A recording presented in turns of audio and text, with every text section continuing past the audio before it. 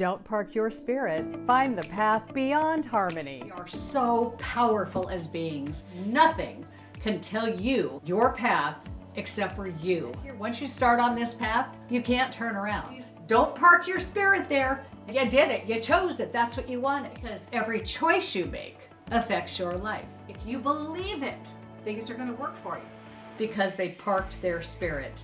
Wherever you go, there you are.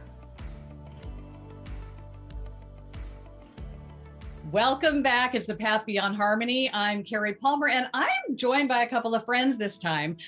These lovely women on the screen with me today, they are critical players in the book that I'm finishing up right now. I started this book. It started from when I went to Sedona in May, and it's not quite done yet because parts are still playing out in my life. It's an interesting story, but the book will be out very soon. But these two women, the book could not have happened without them. I have somebody in the story who is no longer on this planet, and hearing what this person had to say was so critical because they left unexpectedly and no answers, but I got the answers because Jen Giudice first was able to contact him. She did a soul retrieval and she can share what she does. And she heard from him. He was very anxious to come through. I mean, when you were telling me how you were, things were spinning, I immediately knew it was him, like, come on, get to me. So she got to talk to him. And then when she was done, her meditation was over. It was like, anything you need to say, he said, you need to come back. And it's a big undertaking for them to do this type of meditation, to do a soul retrieval. It takes a lot of emotion. It takes a lot of your gut. And so I did not have I wanted her to do it, obviously, more than anything, but I knew how hard this was. But Connie has been an intuitive, whatever you want to call yourself, for your entire life, but she is now trusting better that what she is getting is actually legit. So Connie, she was able to tap into him and get the final parts of the message. So first, I'd like to say hi to Jen Giudice and Connie Lanigan. Welcome, ladies. So Jen, let's start with you. So what I'm hoping to do here is, you guys have had your spiritual journey much longer than I have. Mine started over the last 5 years. I know Connie, since you were a kid, you've always had experience. We're talking NDE. Yeah, she's done it all. And now Connie is just really seeing that her intuitive skills are a true gift, and she really does know what she's doing. So Jen, how did your journey start? When did you know you were on some kind of a path to something bigger, something brighter, and how did you get started? My story isn't very exciting. I feel like I kind of always felt like I was different, and like I don't know, like I just wasn't from here. I've always felt that. I know a lot of people have felt the same way, but I don't know. I think kids growing up in this environment, if they're like a little bit different or like connected to source, they can feel weird or like there's something wrong with them, or like they're an outcast, or nobody can relate to them really. I had an NDE at birth, and so then that's a whole other category. People that have NDEs, they have certain experiences throughout their life based on what happened. And then basically, depending on when you have that NDE, it's the same, like you could have it at birth, and then there's certain categories that go with that. And then from like 1 to 5, then there's a category, and then 5 to 12, and that's a category. And I didn't even really relate my NDE to like any of this stuff, but a lot of people have written books about children that have had NDEs, and like they basically are given special gifts, I guess. That would make sense. I mean, you're given an insight on something that most of us will never know for our entire life.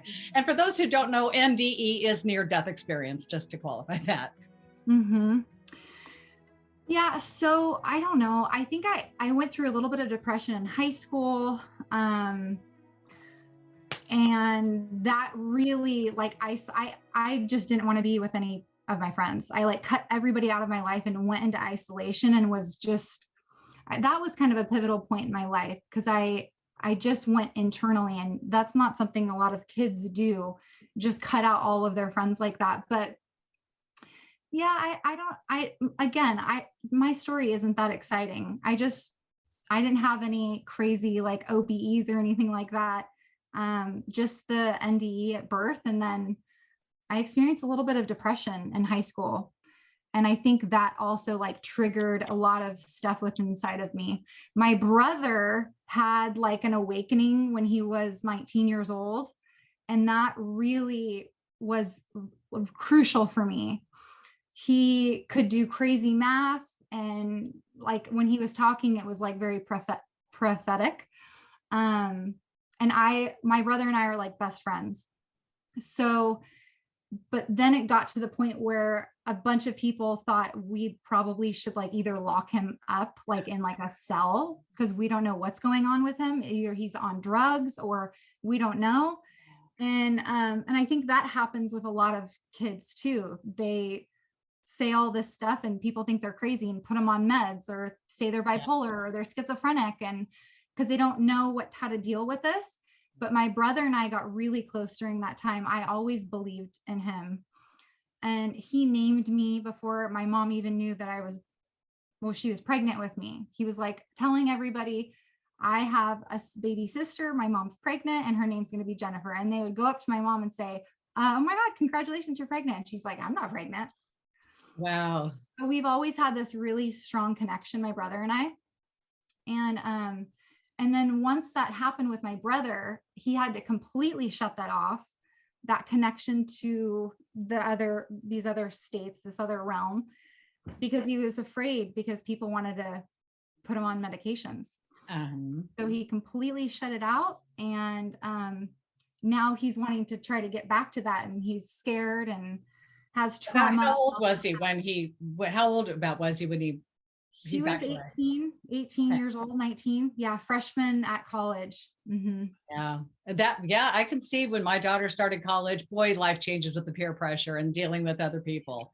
Yeah. Wow. Once you tap into those abilities, when you have those abilities, like we know we have them, but it's like you just put the pause button and say, please don't come through. You feel like you're a freak for many people. Absolutely. And you are labeled that. Yeah. In a lot of cases, and put on medication to suppress it because they want you to be like them. They want you to be like everybody else. So. Everybody else. I know. Yeah. That drives me crazy. So what happened next for him then? Or for you, either one? Well, he's starting to get into it now. I'm like coaxing him like, Sean, it's your time. Like you're ready to, because he's almost 40. He's open to it, but he has so much trauma. He got so much information all at once that it was like sensory overload. And he just was like purging it all out and freaking people out because just the stuff that he was saying was like on another level. People couldn't even understand what he was saying. It was so like incredible. And so this time he's like, I just want to go really slow, so he's starting such a thing. Yeah. If you can. Starting to do that. Yeah. I think sometimes it's like a friend of mine recently, her husband who was dying for a very long time, he had a brain tumor and he has recently passed. And so she was just dealing with that and managing that forever. And after he passed and after she dealt with everything, it was like all of her hoses and everything that was kinked, everything unclogged. And it was like the ceiling was wide open. She started getting guidance like crazy. And she actually had somebody whisper in her ear, very specific guidance for me.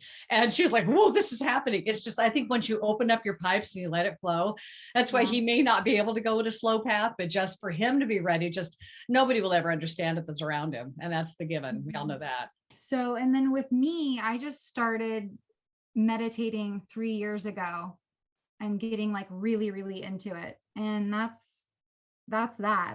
I probably did like, I don't even know, 8 or 9 retreats in a span of like 2 years, 2.5 years maybe, but then COVID happened. So yeah. Well, didn't you tell me early on, didn't you say your mother like saw your abilities or something? And so she sent you to the Monroe Institute to try and, wasn't that part of it? Yeah. Well, so she got me the online courses, Joe Dispenza online, not Gateway. Okay. This has nothing to do with TMI yet, the Monroe Institute yet. So she bought those for me for Christmas and I started them and just inhaled all of that information and was completely hooked.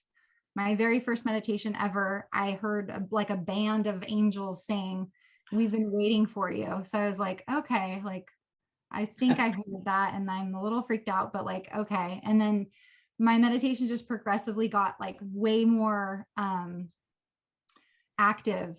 Like I started seeing beings, and yeah, it was a lot for me to handle because I didn't know anybody in my world that meditated other than my mom. And all she saw was just black, nothing, not even like a hint of a Cari, color. Or, that was my old meditations, and now Yeah. they're nothing like that anymore. I get concerts. I mean, wow.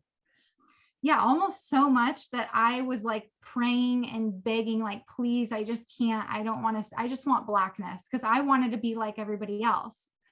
So I went through a really tough period for like at least 3 months where I was like crying in all of my meditations because I was seeing so many beings and it was just like overwhelming for me. And then finally I talked to my mom and I'm like, Mom, like Joe Dispenza teaches you how to meditate, but like there's no, like if for someone who's seeing all this stuff, who are we to turn to? Like, what can I do? I need answers.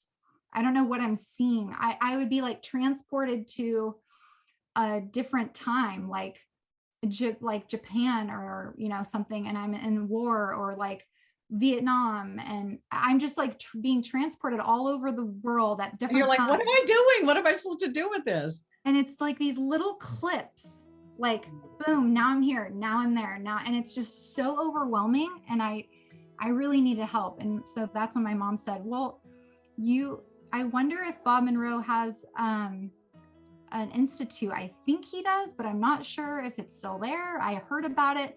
Let's just go on to the website and see if he has something. And so we went, and then we signed up together to take the course together with just Gateway. Wow, that's cool. Yeah. She did that. She did Gateway. Then did she have any openings with that? I don't think so.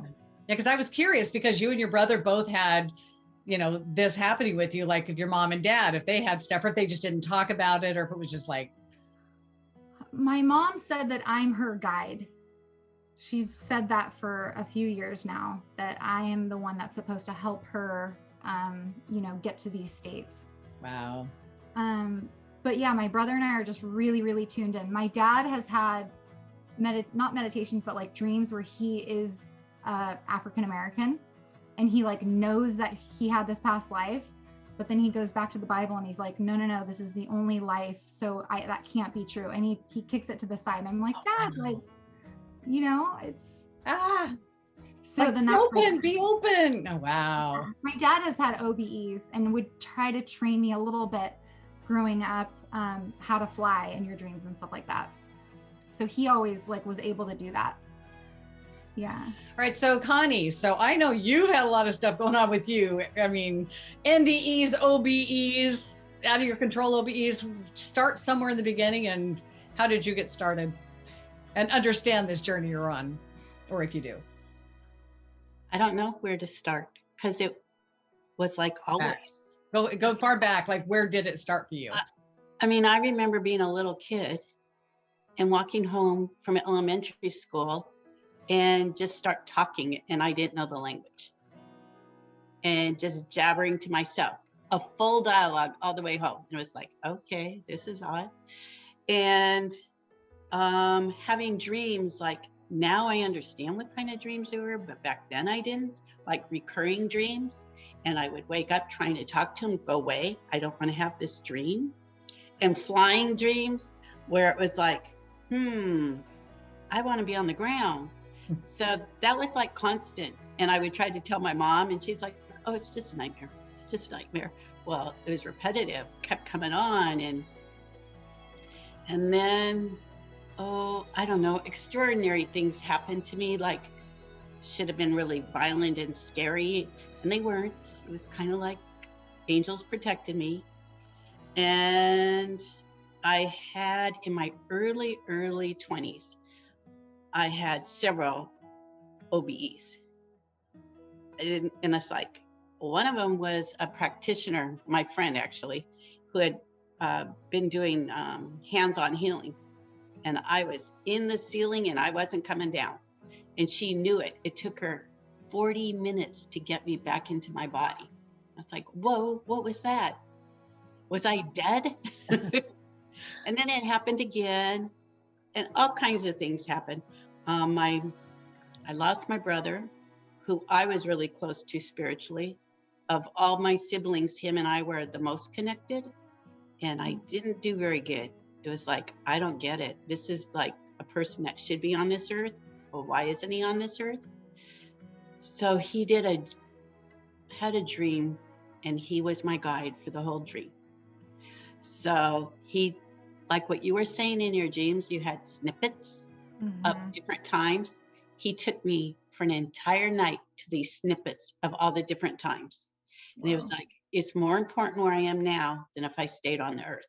And he showed me how he impacted people's lives and it took me until I had my near-death experience to understand that what I was seeing was all time and no time all at once. So it wasn't today, it wasn't yesterday, it wasn't tomorrow, it was everything happening at once, all these different times of where he was at, and how he just changed the course of people's lives. So it's like, I'm not quite sure what I saw, but I know it was my brother. So then 18 months, 2 years, I had a child and died in childbirth. And what brought me back was my brother. So when people say, you know, when you read a lot of near-death experience books, the white light brings them to God. My light brought me back. Because he said, you have to go back and raise your son. And all the things I experienced during that, I understood better what I had experienced in my dream. It was really intense.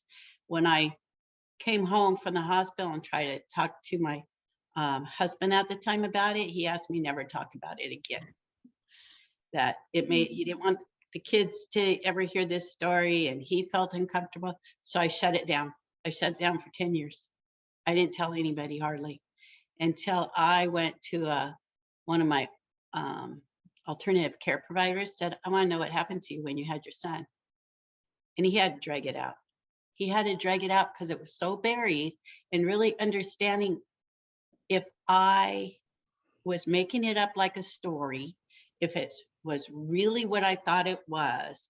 So over a couple of appointments, he helped pull it out, which is really what Cari's been doing, because she'll call me up and say, okay, I want you to meditate on this. No, why? Why would I do that? Go do it yourself.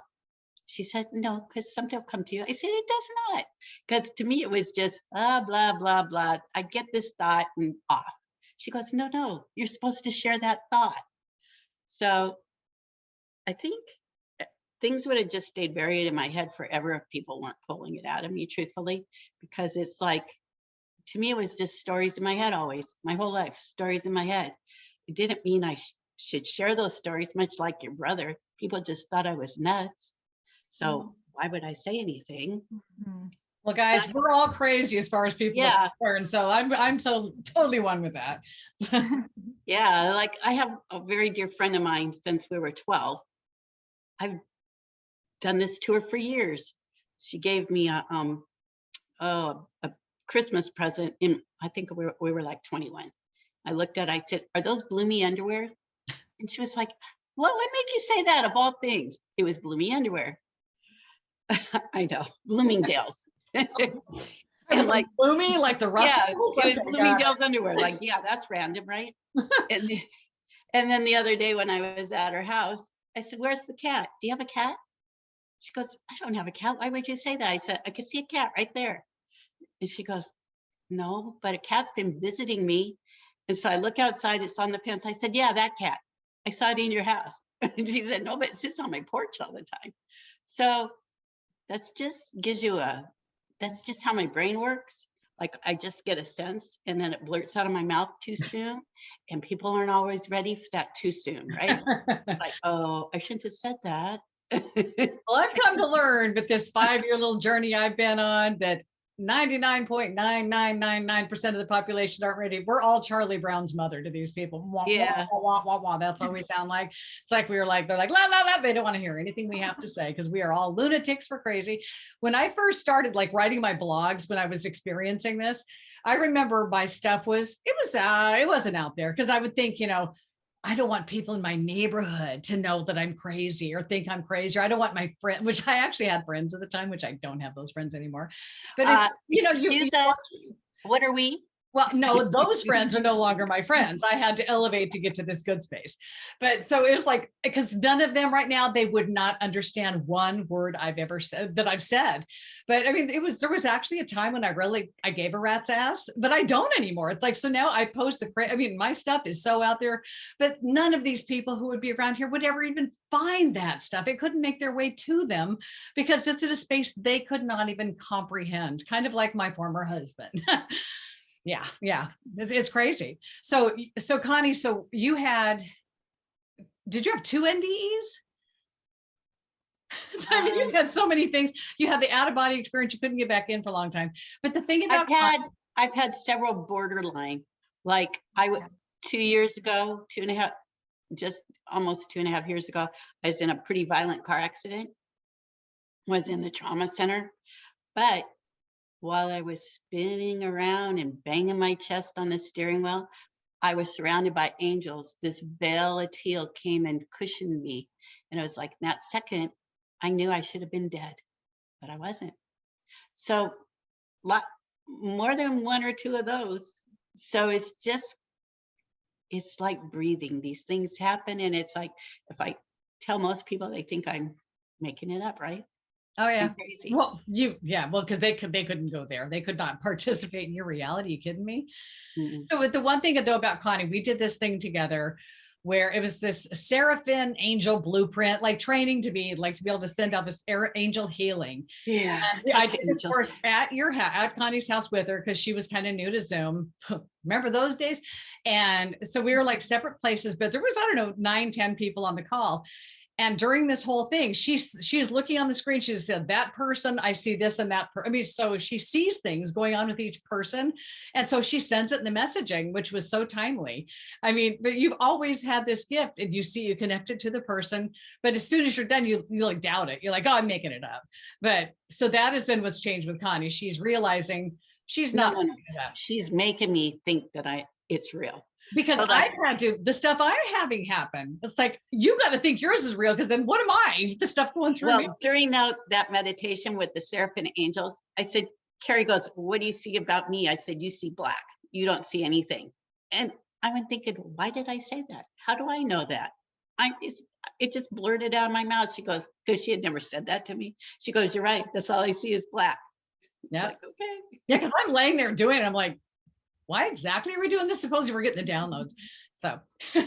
So since Jen hasn't heard it yet, so Jen got a big old piece of, he had a big conversation with this person that is in my book. It's like 3 pages. It's all transcribed. That was a project. But so Connie, if you could, I'd like to have Jen hear what this person said to you so she can know. I just thought I'd let you know this is so cool that I didn't. So now you get to hear it because we haven't talked live, I think, since then. So Connie, go ahead and read what he sent to you. Okay, this is what I sent to Cari, which I totally forgot. I didn't realize I sent it. Okay, and this is from the person who passed. He's saying this to me. I don't know if he said it or I just typed it into it. Don't worry about it. Just read it. I tend to be a knowing. Okay, intuit. Yeah. An intuitive. Yeah. I was not meant to live a long life this time. I stayed to complete my circle with Cari. We've been together many times. This time was one of the few apart. Not just as lovers, but as friends, neighbors, etc. I'm the jokester in her world. When she sees something off, doesn't make sense and is funny, this is me. She shouldn't think of me as the serious, heavy, thought-provoking person she thinks, even though our texts that was this like. Our full circle life is lighter, more light, shiny. She helped me let go, so all the contemplativeness was to leave this plane. We came together to keep the connection complete. I'm not her go-to. I am part of her. All our many lives are entwined in her being. Next book is a love story with ghosts. A happy, fun lesson in life love story. Wow. That was like, that I was don't the remember. closure. You mean that to me, Jen, that was a closure, because everything I got from you was a reminder of how much like power and, energy there was behind it. But he was a funny guy, but it was so much darkness and heaviness all the time that I like, haha, yeah, you're funny. Jen, when you and I talked, you said, you can't channel him. I'm like, I don't channel crap. And then ever since you had that time with him and you chatted with him, and I had my first time I sat down, laptop in hand, I was writing a thank you note to my boss. I was leaving the radio station, and I'm writing this note and I'm typing it. And all of a sudden this stuff starts coming out of my fingertips, and I'm watching it as I'm writing it. And I'm bawling because I'm like, oh my God. I'm like, it was stuff I had no idea. So it was like telling me, that was overwhelming. That was a life-changing moment, because the message that came through me was huge, life-changing for me and my former husband. It was like this thing that was kind of a wedge. It was like, oh my God, that wedge was supposed to be there. You're supposed to do that for me to do this. So it was so clear. But since then, oh my God, Jen, I don't know. I know I haven't shared this with you. It was about 2 weeks ago, and I went for a walk, which I do every day, rain or shine. I have to be outside. And as I'm walking, our symbol, which I told him, because the song about a rose was what he sent to me. I'm like, let's make the rose be our symbol. And I never saw roses, nothing.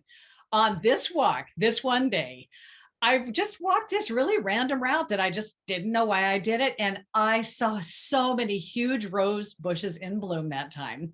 And I heard our song going through my head, and I'm like, I felt him with me so crazy. So I walk further than I have in ages, and constantly by rose bushes. I go to this place called Bradley Lake Park, where I never sit down, but I saw a picnic bench and I wanted to go sit down. I'm like, I didn't even question it. I went and sat down. Right in front of me in the water were roses floating. It was like, it just never stopped. And then I got home that day, and then I had like this new friend of mine. He sent me a meme, like a message, a rose. It was like more roses came through all afternoon. And during this walk, that's when I really felt him communicating with me. And I have my phone, I'm dictating constantly, because he was talking about the book. He already knows it's going to be a huge blockbuster movie. He showed me on the big screen. And it was funny. I was thinking we need to do it, because Jen, I have a video of you actually doing the reading. You have to play you in it. So we just use that original. It's like, you can't get the emotion. How can you get somebody to emote like you did when you're reading that back? So during this time, he told me it's going to be a movie, and I saw it on the big screen. And I think I was talking to you that day, Connie. I remember seeing it and having this overwhelming sensation that I couldn't tell what it was, but then I was put into this mental space to where I would step back into human, and I stepped into a child, like me as a child, or me as 10 or 20, feeling the feeling that my story, which is nothing at that age, is like I'm worthless, I'm pond scum, is going to be so important. Everybody in the world's going to see it someday. It's like I was so overwhelmed with so he's showing me this. So I'm like, okay, fine. Who's going to play you? And he told, oh crap, Judge Reinhold is supposed to play him. So Judge Reinhold Carrie's playing herself. Yeah. So I said, okay, who's going to play me? And I always wanted to be an actress when I was young. It's like I got the sixth grade play by accident, because I manifested Melanie to be really sick that day, and I just happened to know all the lines in the play, and so I was the star. I was a new kid in school. They were not going to put me in the front, but I killed it. So I always wanted to be an actress, but there was no way I was ever going to do it, because I knew how Hollywood worked. I had people in the business. My family was in show business. So I was not going to get myself into that industry. So it's like, he said, you're going to play yourself. I'm like, all right, we'll see. Because it's like at real time, it's the age where we all are right now. It's like it's happening. My daughter is given the right of first refusal to be the executive director, creator of this film, because she's graduating from her film program. She doesn't believe in any of this. So, and then her friend Ashley, who's already graduated, she's given the opportunity to write the screenplay, which is something she does. So Ashley's writing, Hannah gets it, but they have the right of first right of refusal. If they don't do it, then Hannah, it's going to be the biggest regret of her life. But if she does do it, it's going to be the biggest project of her life. But either way, she's going to win. So all this is coming through. And then as the day goes on, he tells me Rod Stewart's Heart and Soul. He wants that in the movie, possibly the soundtrack. He wants Forever Young by Rod Stewart. Apparently he likes Rod Stewart to be when I'm running around Sedona, feeling super youthful and energetic, that plays. And when I find out he dies, he wants Gilbert O'Sullivan's Alone Again Naturally to be the song that plays. So I'm thinking in his life, he must have visualized this stuff and had like an idea of what he wanted to do. But then he took it another step further. He lived with Native Americans when he was younger for like 7 years. And it's like, that's what I felt from him, that heart of Gaia, like he is one with the planet, one with humanity, and never came from ego. But he wants in the movie, like not in the book, because the book's got to get out there first, but he wants in the movie, he wants for a PSA to be at the end of the movie for this tribe, talking about the tribe and whatever. And then his portion of the proceeds, my dead friend, goes to the tribe. So I'm like, I guess you get a portion. So he had all this worked out, all of this worked out. And so it's like, when you thought I could channel merely a few months ago, and I was like, yeah, right, me. I hear from him all the time now. The other day I took my dog for a walk. Oh, I didn't tell you about this. Oh my gosh. So the woman who contacted me, who was his attorney, so I thought. Right. Oh. So I thought she was his attorney because she says, hi, I'm working on the estate. And I'm like, oh, okay. So I, back and forth, no big deal. Then she comes back to me and she sends me he was buried not long ago, which is weird because this happened a while ago. And this conversation, she said, here's his Instagram account, which I loved it. I looked at it, I'm like, oh my God, more of his heart. But then this song I knew he wrote, she said, here's the song. And she said, he wrote it when we were on our way to North Dakota. And I'm like, excuse me, how do you know him exactly? Oh, we were married for 30 years. I'm like, okay. I mean, I had no idea who this person was. So to make a long story short, so the day that I was walked with my dog, where I saw roses again, and I got this huge download when I came back and did it. I had to do a meditation. It's like I grabbed Patty Avalon's like healing energy or something. It was like I needed something quick. And I listened to it again yesterday, and I thought she guided a lot more and asked me to do a lot more. I listened the other day because I wanted to hear what she said. She doesn't say a lot. I was so active. I mean, I couldn't even journal. There was so much and I was capturing it. But what was downloaded in me at that time was my entire monologue that I was going to do for a Zoom call that I was going to be doing for the Path Beyond Harmony with this question and answer. So I'm like just feverishly writing down everything that this is going to be my big, powerful opening. And when I get to the last sentence of it, I realize it's not for me. It's for his ex-wife. All of this that came through was for her, that she needed to hear it, and a song that he sent me that I needed to send to her. And so it's like, I'm just the messenger. And I'm like, oh my God, wow. I just said that out loud, which is the first time I've ever said that. It's like, I'm the messenger.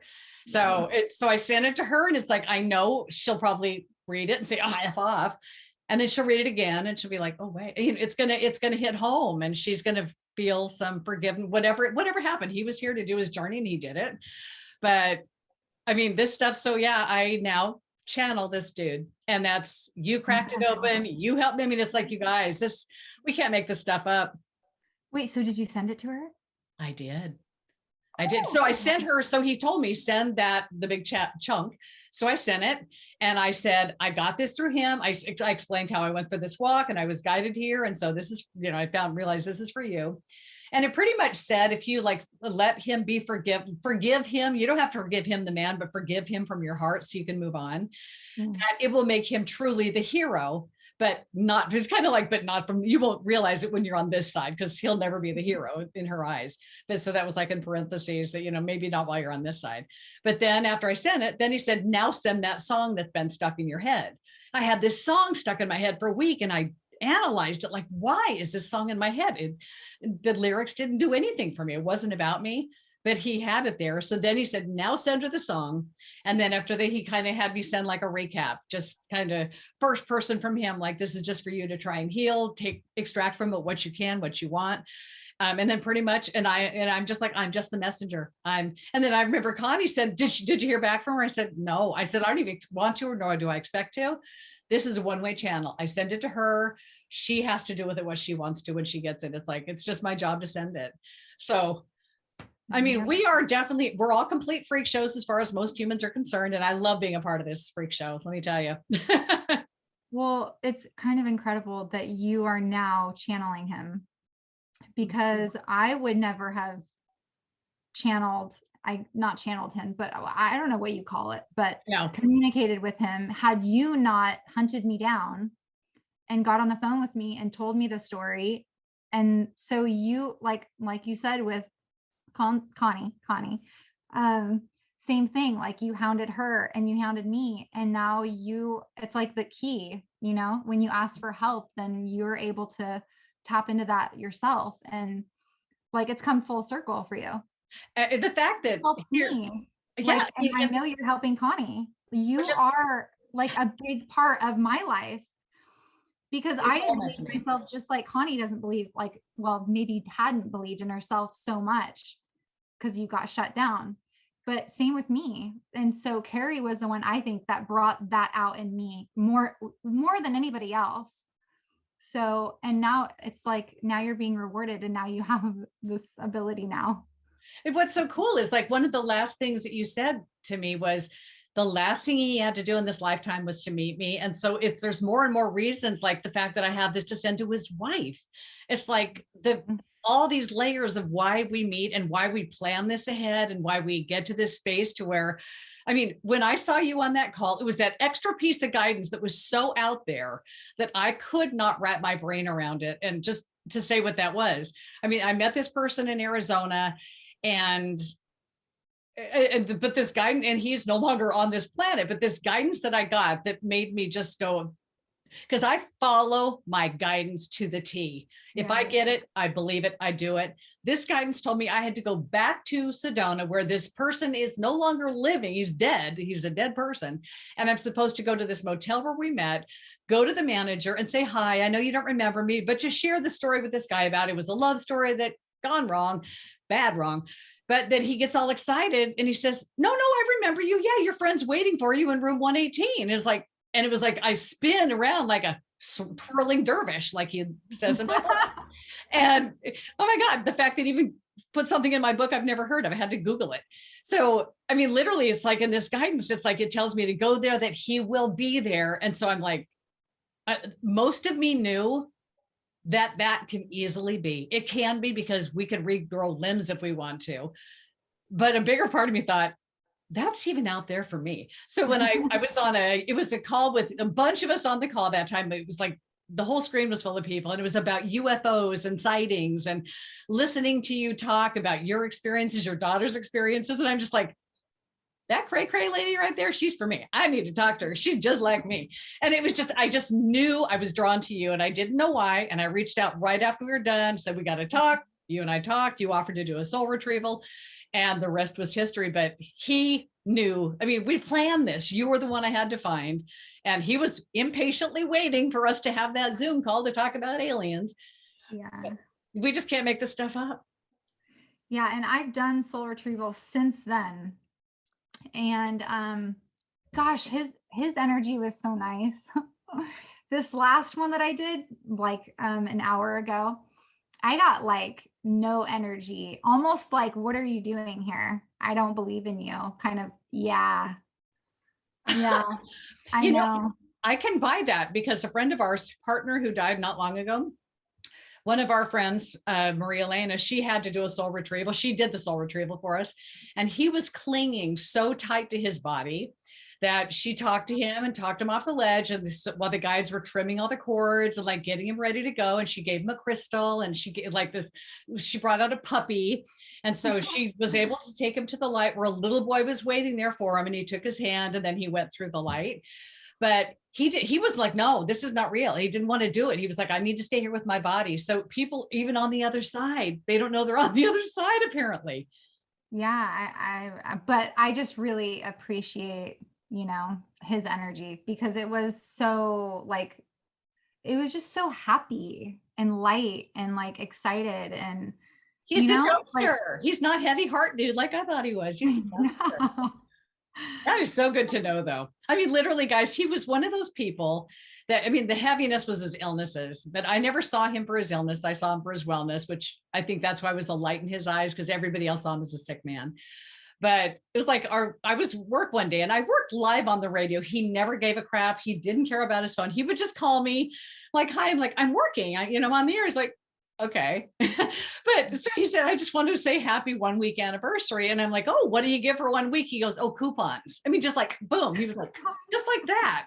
It was so funny. And so he was funny, but I held on to the heavy heart. But Connie's message definitely lightened that up for me exponentially, because here I'm like, okay, I need to pay attention to the funny and to the lightness, because he did have a lot of that. So Jen, I know you are doing something coming up after the first of the year that I actually find fascinating, and I would actually find joy in it. A lot of people I've shared what you're going to be doing, and they're like, oh my God, is she out of her mind? I'm like, no, she's going to have the best experience ever.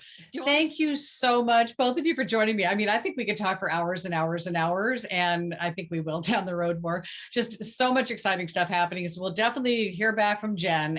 And Connie, just keep trusting yourself, because obviously stuff comes through as we're speaking, and you're getting there, you're saying it, and start trusting yourself. With Connie, she's learning how to journal, how to write it down so she doesn't lose it. I haven't started yet. Well, it's okay. We just went over it again last night. How to do it on Google Docs. But you guys, thank you so much for joining me. And I really enjoyed having this conversation. Likewise.